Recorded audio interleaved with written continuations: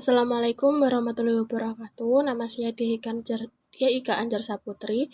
Di sini saya akan menjelaskan alur atau tahapan-tahapan penanganan perkara di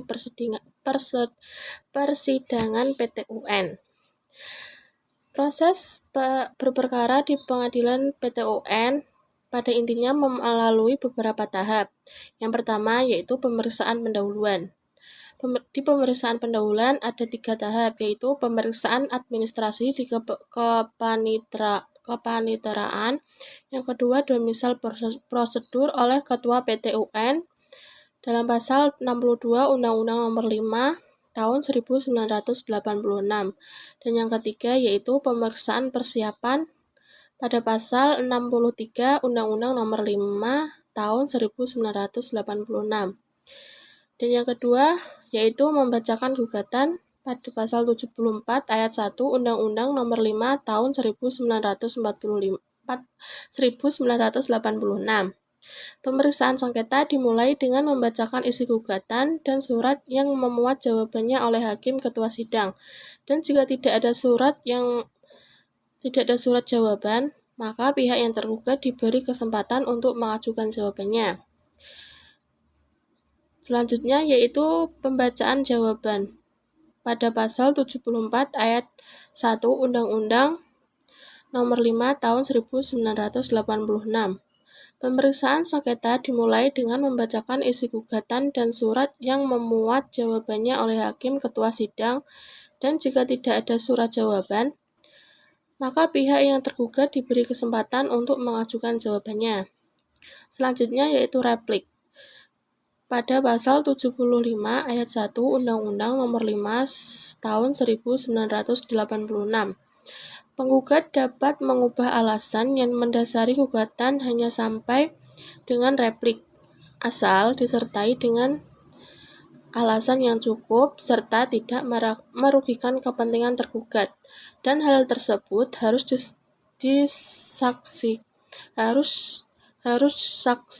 saksina oleh hakim.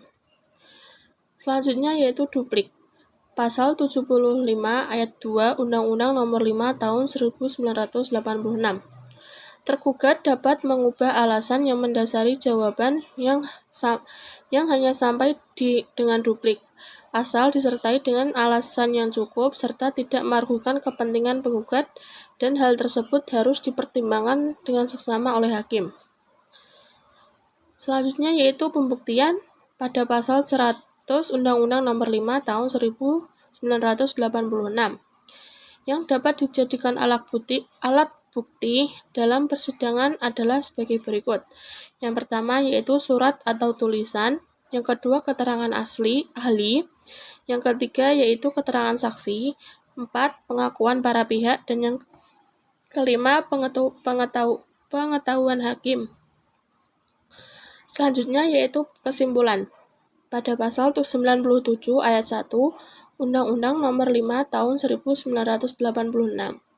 Dalam hal pemeriksaan sengketa sudah diselesaikan, maka kedua belah pihak diberi kesempatan untuk mengemukakan pendapat yang terakhir berupa kesimpulan masing-masing.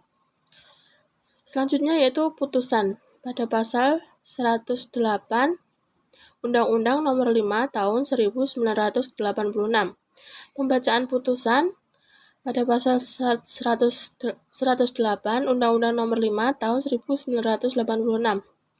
Putusan pengadilan harus diucapkan dalam sidang terbuka untuk umum.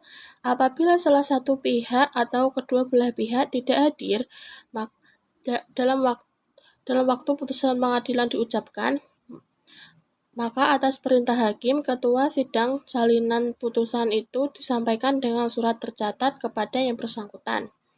Tidak terpenuhinya ketentuan sebagaimana di dalam ayat 1 berakibat putusan pengadilan tidak sah dan tidak mempunyai kekuatan hukum. Materi selanjutnya yaitu materi muatan putusan. Pada pasal 109 Undang-Undang Nomor 5 Tahun 1986.